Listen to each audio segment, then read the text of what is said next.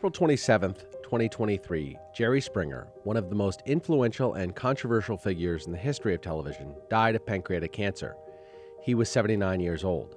Springer was diagnosed with the disease just a few months ago, but opted not to disclose it to the public. Instead, Springer, a man who lived his entire adult life in front of the cameras, retreated to the comfort and privacy of his Chicago home and spent his last days in the company of his family and his closest friends. I'm Jason Beckerman. I'm Derek Kaufman. And this is a special edition of Last Days, Jerry Springer.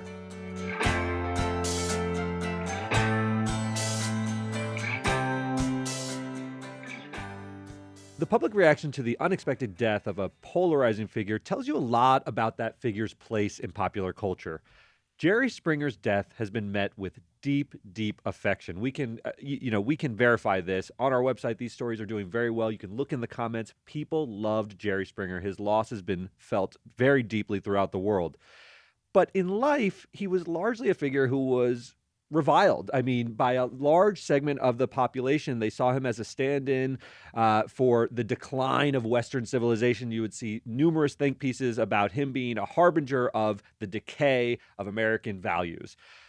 But I think he actually was beloved because he was seen as presiding over the lunacy of America. On his television program, he stood at a remove from all of the crazy antics that took place on that stage, from throwing chairs to marrying animals and so forth. And he would often, when there would break out into violence, shake his head in dismay like a sort of father watching his kids squabble or something. I think your point about it being at a remove is the key one, right? He never got into the muck. He never threw the chairs himself or did anything that might be analogous to that. Instead, he stood back. He allowed it to happen. His security would intervene as necessary. But he would then sort of shake his head disapprovingly at what was happening. And I think in that way, he became just like the home viewer who was watching what was happening, looking at it not as a reflection of American culture, maybe a fear that it was, but more like, what is wrong with these people? And we looked at Jerry, and he had sort of the same reaction on his face. I think that's exactly right. And, his life wasn't always positioned to be the ringleader of this madness that went on stage between squabbling people and their family dynamics. He actually started out with a career in politics, and you can tell us a little bit more about that. Yeah, so first, Jerry was born in England, something not everybody knew. He was actually born in a bomb shelter. His parents were refugees. They had escaped the Nazis and moved to Great Britain, Jewish refugees. And there was a bombing happening, as there were all the time, in 1944. And his family was in a bomb shelter when his mother went into labor, and she had him there. He was interested in politics from a very young age, grew up in Queens, went to law school, volunteered for the Robert F. Kennedy presidential campaign. When that ended, went and became a lawyer in Cincinnati.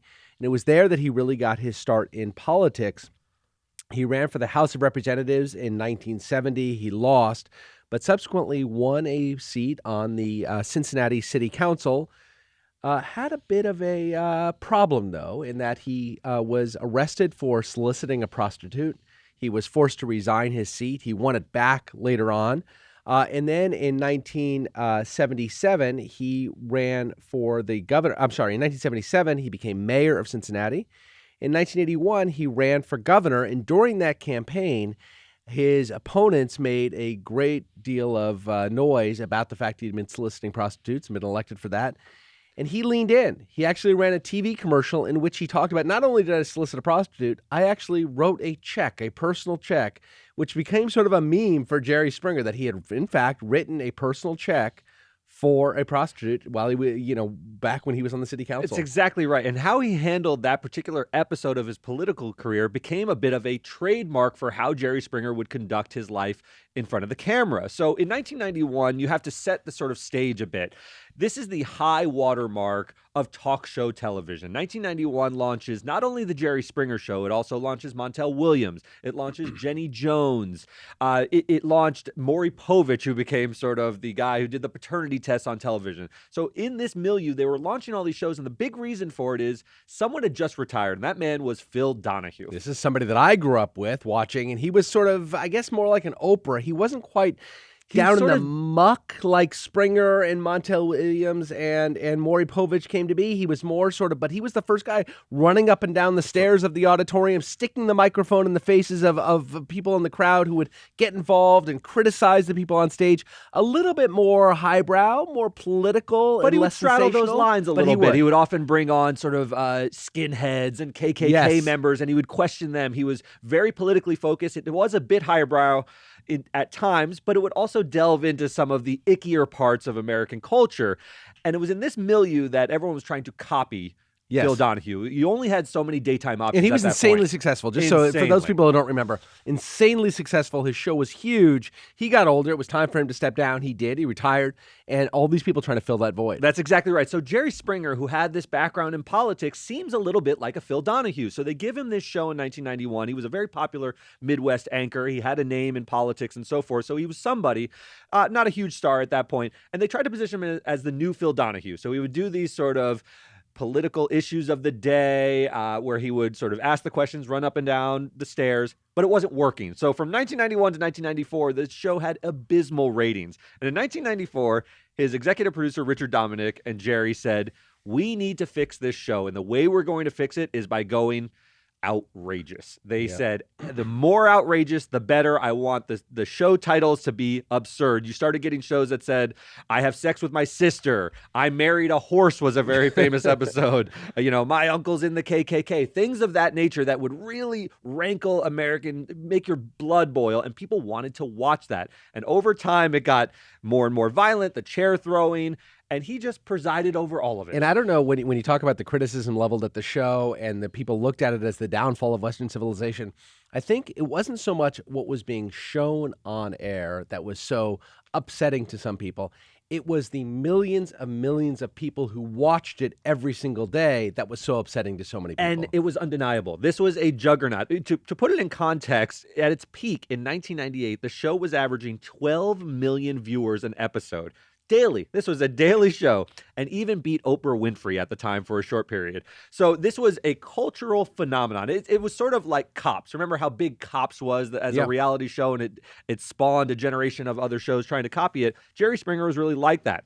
But even at the time, it wasn't celebrated. What it was reviled. You would hear thank pieces. You could pick up the New Yorker. You could pick up the Atlantic, and they would all talk about this is a bad thing for American society to be gawking over this. In 2002, TV Guide declared the show to be, quote, the worst show of all time. And in typical Jerry Springer fashion, rather than run away from what would be an embarrassing designation for most shows on the air, Springer and Dominic leaned in. They put this designation at the top of their show for a number of years to say, you're about to watch the worst show of all time, and they used it to promote the show. This is exactly like him promoting his run for the governorship by saying, not only did I have a prostitute, I paid her with a personal check. It's the exact same thing, right? It is. You take sort of what would, for other people would be the lowest of the lows, and you just pump it up, and you lean into it, and you make it your trademark. I mean, the influence of the show is undeniable. 5,000 episodes over 27 years. You're like in Price is Right territory. You really are. I looked at the number of shows, and you have to reckon with the influence of a show that just lasts that long. Whether you like it or not, you have to assess it at some point, and Jerry Springer deserves that. Captain Kangaroo was a show that lasted that long because it appealed to kids. What was it about Jerry Springer that so resonated with you? Yeah, and it's still carried forward today. Obviously, you have Cheaters and Bad Girls Club, Real Housewives. The throwing the wine glasses, the wine into somebody's face, breaking the wine glasses. This is just Springer carried forward and possibly a more packaged and modern package. Sure. But it's the same thing that it always was. It is people on the outside loving to look at people and think they're crazy, wacky, the end of American civilization. It's how many people have said about the Kardashians, they're the end of American civilization. They're everything that's wrong with civilization. These things were being said 35 years before about Jerry Springer. We hear the lament constantly, the endless, insatiable desire of people to gawk, rubbernecking. You look at crashes on the side of the freeway when you're driving home. The show Cops, which is huge in its own right, is a show all about watching people run away from police because the American people want to watch people and feel sort of better than them. It And really- look at those misfortunes. Right. In a more troubling way, Derek, some people have sort of argued or asserted that Springer's tapping into the darker parts of the American soul, sort of met its natural conclusions with the election of Donald Trump. You don't buy this? I don't personally buy it, and Springer didn't buy it at Yeah. all. In 2019, he was on a podcast and he said he was annoyed by these comparisons to Donald Trump and Donald Trump getting elected. He said, what I did was a television show. He brought this nonsense to the White House. So he absolutely flatly rejected responsibility for it, and he certainly didn't endorse sort of what had happened to the country in his mind. And I've always found it a bit of a cheap comparison, to be honest with you. It seems unfair. You know, Donald Trump politicized certain things and tapped into parts of American culture in order to grab political power. Jerry Springer wasn't doing that. Jerry Springer was looking for ratings. Yeah. He was looking to entertain people. He was more of a ringleader, sort of a circus that he liked everyone to enjoy on stage, but he wasn't necessarily making any sort of political statement, notwithstanding that he had a career in politics. And also, Donald Trump has done nothing different than every other politician has always done, sort of try to tap into where America was at a moment in time. I don't think he can be faulted for that.